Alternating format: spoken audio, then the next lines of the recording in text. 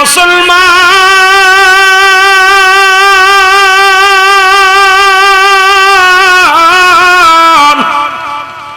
আমি যে কথাগুলো বলতেছিলাম তেলের কান্ডা লাগা শোনো গো।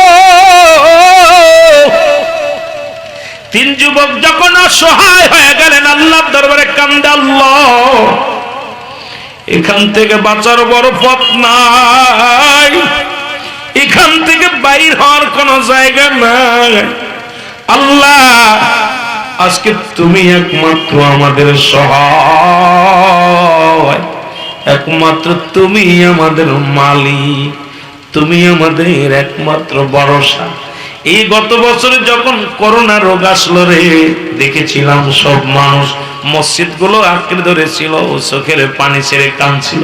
করোনা রোগ চলে গেছে, মসজিদে মুসল্লি কমে গেছে। জোরে জোরে চিল্লায় বলা যাবে না, ঠিক কি না? মুসলমান শুনে নাও, সবসময় তো আমার মাওলা বান্দারে পরীক্ষা করে রে, ছোট্ট ছোট্ট পরীক্ষা করে। এই পরীক্ষায় যে বান্দা পাস করে ওই বান্দাই তো সাকসেস আল্লাহর দরবারে। জোরে বলেন ঠিক কিনা? আমার আল্লাহর কাছে প্রিয় হয়ে যায়। বান্দা শোনো, ওই তিন যুবক ডাকতে বলে, আল্লাহ জীবনে তো কত অন্যায় করলাম, ভালো কর্ম করি নাই, তবে যেটুকু করেছি। হঠাৎ করে প্রথম যুবক দোয়া করে, আল্লাহ জীবনে একটা ভালো কর্ম করেছিলাম, আমি আমার মা বাবারে না খাওয়ায়া কোনোদিন খাই নাই। আল্লাহ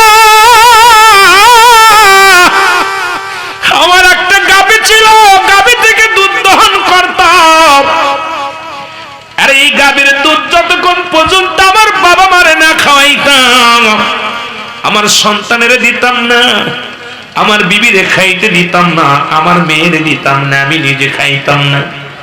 আল্লাহ একদিন রাত্রের কথা মনে পড়ে গেল, আমার আব্বা মা দুজনই ঘুমায় গেল, গাভীর দুধ খাওয়াইতে পারলাম না মা বাবারে।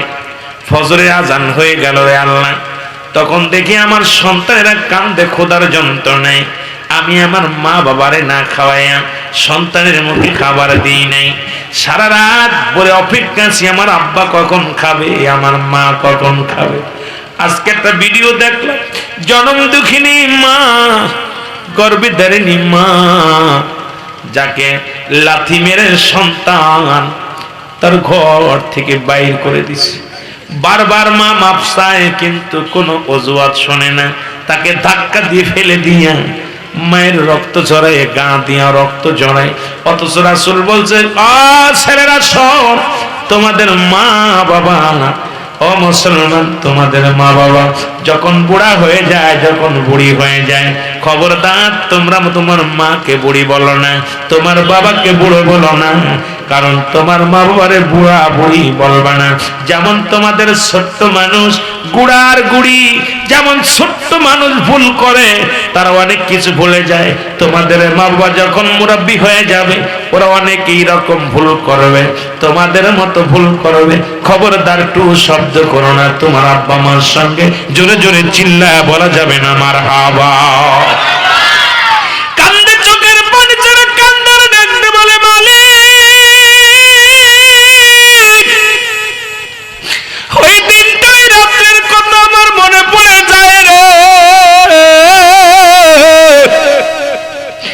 আমার জনম দুঃখিনী মা, আমার বাবারে আমি না খাওয়াইয়া আমি সন্তানের মুখে, আমার বিবির মুখে খাবার তুলে দিইনি। আল্লাহ আল্লাহ ওই ওসিলায় তুমি আমারে এখান থেকে একটু উদ্ধার করো। আল্লাহ আমি তো আমার মা বাবার অনেক ভালোবাসতাম, আমি আমার মা বাবা ছাড়া কিছু বুঝতাম না। আল্লাহ এ আল্লাহ তুমি আমার ওই দিনটার খাতিরে, যেহেতু আমার মাকে আমি ভালোবেসেছিলাম, বাবাকে ভালোবেসেছিলাম, তাদের খেদমত করেছিলাম, ওই খেদমতের ওসিলায় তুমি আমার এই গুহা থেকে বাইর করে দাও। সঙ্গে সঙ্গে পাথরখানে একটু সরে গেলেন। যুবক লক্ষ্য করলেন পাথরটা যেটুকু সরেছে এখান থেকে বাইর হওয়া সম্ভব নয়। এবার দ্বিতীয় যুবক দোয়া করে, আল্লাহ জীবনে আমিও তো কত অন্যায় করেছি, তবে একটা ভালো কর্ম করেছি। আল্লাহ আল্লাহ ও আমার আল্লাহ, জীবনে আমার স্বাস্থ্য বোনের প্রতি আমি লালসিত হয়ে গেছিলাম। আল্লাহ জীবনে দয়া করে মায়া করে মালিক গো, এত রূপ জৈবন দেখে আমি পাগল হয়ে গেছিলাম। তাকে বারবার আমি কুপ্রস্তাব দিয়েছিলাম, কিন্তু সে রাজি হয় নাই। একদিন তিনি অভাবের মধ্যে পড়ে গেলেন, আমার কাছে ধন্না দিলেন। আমি বললাম তোমার অভাব পুরা করে দিব, তোমার বিনিময়ে আমার কাছে থাকা লাগবে। তখন সে আমার কাছে থাকার জন্য রাজি হলো। আমিও তাকে সম্পদ দিলাম। যখন সে আমার সঙ্গে মিলিত হবে, তখন বলেছিল তুমি তোমার মাওলারে ভয় করো। যখন আল্লাহর কথা বলেছিল, আমি ওই যুবতীর গার উপরে থেকে লেবে পড়েছিলাম। আমি অন্যায় করি নাই, জিনা করি নাই রে আল্লাহ। ও আল্লাহ, ওদিন তো যখন তোমার নামটা বলেছিল, তখন আমি ভয় পেয়েছিলাম আল্লাহ। তোমার এই কুদরতি নাম শোনার সঙ্গে সঙ্গে আল্লাহ আমি জিনার কাছ থেকে ফিরে এসেছি আল্লাহ। ওই আমলটা যদি তোমার দরবারে কবুল হয়ে যায়, ওই দুয়ার ওসিলায় রে আল্লাহ, তুমি আমাকে এখান থেকে একটু আল্লাহ যার ব্যবস্থা করে দাও। একটু পাথর সরে গেছে, জোরে জোরে চিল্লায় বলা যাবে না মারহাবা, জোরে জোরে চিল্লায় বলা যাবে না আল্লাহু আকবার। একটু মহব্বতের সঙ্গে দুরূদ শরীফ পড়ুন, আল্লাহুম্মা জোরে জোরে। ওয়ালা আলি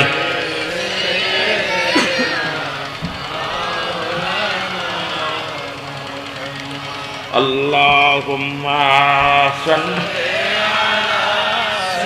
আয়েশা গোসল করছে ঠান্ডা এমন। ওয়ালা আলি সাইয়্যিদিনা, এমন হাবিব আমার মুক্তির কারণে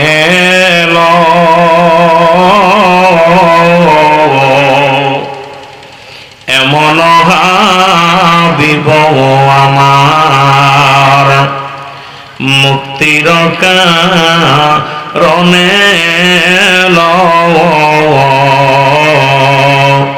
ওফাতের পড়ে নবীজি পাপীদেরকে না ভুলিল।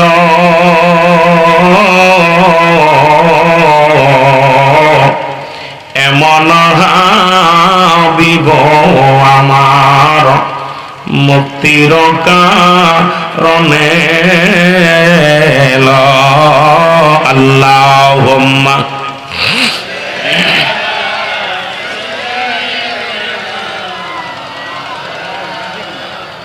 ওয়ালা আলি। এ মুসলমান গভীর মনোযোগ। দ্বিতীয় নাম্বার, যুবক যখন আল্লাহর দরবারে হাত উঠা দিছে গো, আমার বাবারা শুনে নাও।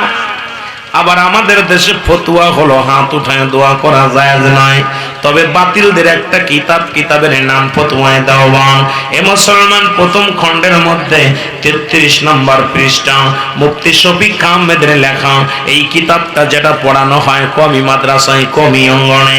এই কিতাবের মধ্যে লেখছে মুসলমান 5 ওয়াক্ত সালাত আদায় করে, জিয়ারত করে, সর্বহালাতে আল্লাহর দরবারে দুটি হাত উঠায়া দোয়া করা হলো মুস্তাহাব আমল। এটা বসে মুসলমান গুনার কথা লেখে নাই, তবে এই আমলটা আমার দেশে অনেক মৌলবি ফতোয়া দেয় দোয়া করা হাত উঠানো জায়েজ নয়। তবে এরা আসলে চেনে না শরীয়তের কিবলা হলো কাবা, দুজানের কিবলা হলো রাহমাতুল লিল আলামিন, মোনাজাতের কিবলা হলো আরশ আজিম। ও মুসলমান শুনে নাও, আজকে এটা না চিনার কারণে হাত উঠানো বন্ধ হয়ে গেছে। অথচ দেওবান মাদ্রাসার মুহাদ্দিস, দেওবান মাদ্রাসার ফকি আল্লামা মুফতি মুসলমান শুনে নাও, শফিক আহমেদ তার ফতোয়ায়ে দেওবানদের মধ্যে লিখলো, অতি উত্তম হলো দুটি হাত উঠে আল্লাহর দরবারে কাকতি মিনতি করে দোয়া করা। মুসলমান জোরে জোরে চিল্লায় বলেন মুস্তাহাব আমল, জোরে জোরে চিল্লায় বলো মারহাবা। হাত উঠাইবে শেখানো দোষ। ওয়াজ করতে গেলে খালি ডালপালা বাইর হয়ে যায়, এক কান ডাল কাটলে যেমন অনেকগুলো শাখা বাইর হয়ে যায়। ওয়াজিরা বক্তা খুব ওয়াজ করতে গেলে এদিক থেকে দৌড় মারে, ওদিক থেকে দৌড় মারে, কন্ট্রোল রাখা বড় কষ্ট হয়ে যায়। কথা বুঝেন? একটা কথা বলতে গেলে যাকে একটা ডাল কাটলে সেই ডাল থেকে অনেকগুলো পালা ছাড়ে, জোরে কোন ঠিক কিনা? পালা ছাড়ে না? ঠিক বক্তাদের একই অবস্থা, ওয়াজ করতে গেলে যাইতেছে এক লাইনে, হঠাৎ করে আরেক লাইনে চলে যায়, তবুও কন্ট্রোল রাখার রাখবে, ও দেখা যাক মূল কোন দিকে, মূলের দিক যাইতে পারলে আলহামদুলিল্লাহ। একটু মহব্বতের সঙ্গে দুরূদ শরীফ পড়ুন, আল্লাহুম্মা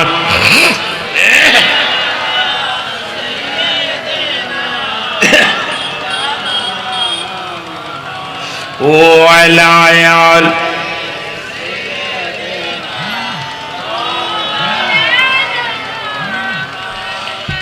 মুসলমান গভীর বলল গো, একটু পাথর সরে গেছে। তৃতীয় ব্যক্তি আবার দোয়া করে, আল্লাহ আমি অন্যায় করতেছিলাম, একটা ভালো কর্ম করেছিলাম, একার ওসিলায় তুমি আমাকে একটু দয়া করো। সঙ্গে সঙ্গে পাথরটা একটু সরে গেছে মুসলমান। এবার তিনজন বাইর হয়ে আইয়া, তিনজন একত্রিত হইয়া আমার আল্লাহর দরবারে শুকরিয়া আদায় করে, আল্লাহ তোমার মহিমা, তোমার নীলা বোঝা বড় দায় রে আল্লাহ, তুমি সারা সাহায্যের মালিক কেউ নাই, তুমি সারা দেওয়ার মালিক কেউ নাই রে আল্লাহ, তুমি সারা বাঁচানোর মালিক কেউ নয়, তুমি সারা খাওয়ানোর মালিক কেউ নাই, তুমি সব করো, তুমি সব জানো গো আল্লাহ, আমি গুনাহগার, আমি পাপী, আমি নালায়েক রে আল্লাহ, তুমি আমাকে দয়া করো রে আল্লাহ। মুসলমান গভীর মনোযোগ, এই জন্য আদম নবী দোয়া করেছিল যখন বিপদে পড়েছিল, রব্বানা জালামনা আনফুসানা, এবার আমার রব্বানা জালামনা, আমার আল্লাহর দরবারে দোয়া করেছিল আদম আলাইহিস সালাম, এ আমার আল্লাহ তুমি আমারে ক্ষমা করে দাও। আদম নবী কেঁদেছিল আল্লাহর দরবারে। পৃথিবীর মধ্যে কোন ঈমানদার যখন বিপদে পড়ে যায় রে, সঙ্গে সঙ্গে আল্লাহর কাছে সাহায্য চায়, আল্লাহর কাছে প্রার্থনা করে মুসলমান। আর আল্লাহর কাছে কোনো ব্যক্তি চাইতে যদি পারে, আমার আল্লাহ তারে খালি হাতে ফিরায় দেয় না। জোরে বলেন ঠিক কিনা? আর একটু জোরে জোরে চিল্লায়া বলা যাবে না আল্লাহু আকবার? আর একটু জোরে জোরে চিল্লায়া বলা যাবে না আল্লাহু আকবার? এই জন্য আমি যাইতেছিলাম যেদিকে রে মুসলমান, পৃথিবীর মধ্যে আসার একটা সিরিয়াল আছে, যার কোনো সিরিয়াল নাই। ওই জায়গা থেকে ফিরে আসলাম, হঠাৎ করে দিকে চলে আসলাম। পৃথিবীর মধ্যে তিনটা বিপদ। নাম্বার 1 হলো মানুষের মরণ, নাম্বার 2 হলো কবর, নাম্বার 3 হলো কিয়ামতের ময়দান। একটার পর একটা বিপদ রে মুসলমান শুনে নাও। 1 নম্বরে হলো মরণ।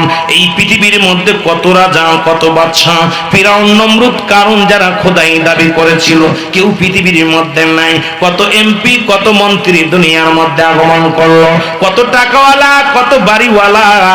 এরে মুসলমান শুনে নাও, একসময় আমাদের ইরশাদ মিয়া জাতীয় পার্টির প্রধান ছিলেন, উনিও দুনিয়া থেকে বিদায় নিয়ে গেছেন। এই রকম হাজার হাজার বড় বড় নেতা আসলো দুনিয়ার মধ্যে, তারাও বিদায় হয়ে গেছে।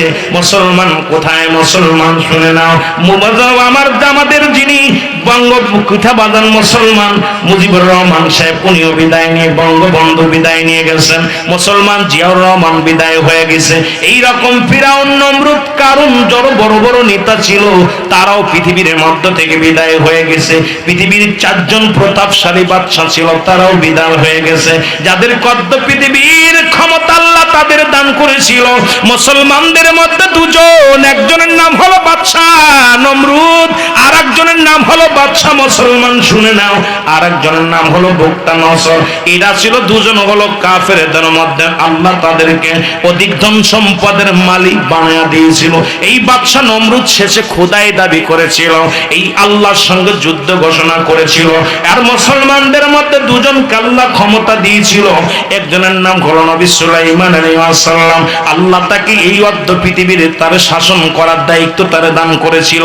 একটা সিংহাসন তারে দান করেছিল, যার মধ্যে তেল লাগতো না, ডিজেল লাগতো না, পেট্রোল লাগতো না, হওয়া লাগতো না, ড্রাইভার লাগতো না, শুধু হুকুম দিত, মুখ দিয়া অল পৃথিবী ঘুরে বেড়াইতো। আর একজন ব্যক্তি মুসলমান ছিল, যার নাম হলো বাদশা জুলকারনাইন। আল্লাহ তাকে পৃথিবীর মধ্যে 1600 বছর হায়াত দান করলেন। ওরা মুসলমান শুনে নাও, এই পৃথিবীর মধ্যে 1600 বছর হায়াত দান করেছিল। আল্লাহ তারে একটা মুজিজার ঘোড়া দান করেছিল। এই ঘোড়াটা একটা কদম পা ফেলাইলে 12,000 মাইল অতিক্রম করত। এই বাংলাদেশটা 12,000 মাইল হবে না। সুতরাং নবী অমুসলমান বাদশা জুলকারনাইনের ঘোড়া বাংলাদেশে পা রাখাই লাগতো না। এতটা এই ঘোড়াটা দিয়া পৃথিবীর মধ্যে 2 বার ভ্রমণ করেছে। লম্বা ছিল সেই লোকটা 48 হাত লম্বা। যারা মক্কা মদিনায় গেছেন হাজী ভাইয়েরা, মক্কা মদিনা থেকে উত্তর দিকে একটা মহকুমা আছে আলেকজান্দ্রিয়া স্মৃতি শহর বলা হয়। এই শহরের মধ্যে বাদশা জুলকারনাইনকে শুয়ায় রাখা হয়েছে। এখানে একখানা সাইনবোর্ড লাগানো আছে, এখানে লেখা আছে আমি জুলকারনাইন সামান্য সীমিত হায়াত পাইলাম, আমি খোদার বন্দেগী করতে পারি নাই। তোমরা এই সুযোগ ছেড়ো না। 1600 বছর হায়াত পায় যদি বলে সামান্য, আর আখির নবীর উম্মতের হায়াত করে হলো 70 বা 60। তাই তো কত মস্তানি, কত বাহাদুরি, কতই না লাঞ্ছনা, কতই না গঞ্জনা। শরীয়ত ছেড়ে দিয়া চলাফেরা করো, তরিকাত ছেড়ে দিয়া চলাফেরা করো, হাকিকত ছেড়ে দিয়ে চলাফেরা করো। একবার মরণের চিন্তা করো না। এদের কল্লা দুনিয়া থেকে নিয়ে গেছে। এই জন্য বললাম ফিরাউন, নমরুদ, কারুন যারা খোদাই দাবি করেছিল তারাও দুনিয়ার মধ্যে নাই। আপনার এলাকায় বড় টাকাওয়ালা বাড়িওয়ালা মানুষ ছিল, তারাও দুনিয়া থেকে বিদায় হয়ে গেছে। অনেকের কবর উপরে দিয়ে কুত্তা শেলে পায়খানা করে, অনেকের কবর উপরে দিয়া গরু ছাগলে ঘাস খায়। ওই কবর থেকে খেদানোর মতো ক্ষমতা আল্লাহ তার দেয় নাই। এইরকম আমিও আপনি একদিন চলে যাব, আমার নাম নিশানা থাকবে না, আপনার নাম নিশানা থাকবে না। ওই যাবার আগে ইবাদত করার দরকার আছে কি না? কত দামিওয়ালা মানুষ, যাদের ভয়ে মানুষ থরথর করে কাঁপতো, কত গাড়ির মালিক, বাড়ির মালিক, আজকে কবরে শুয়ে আছে।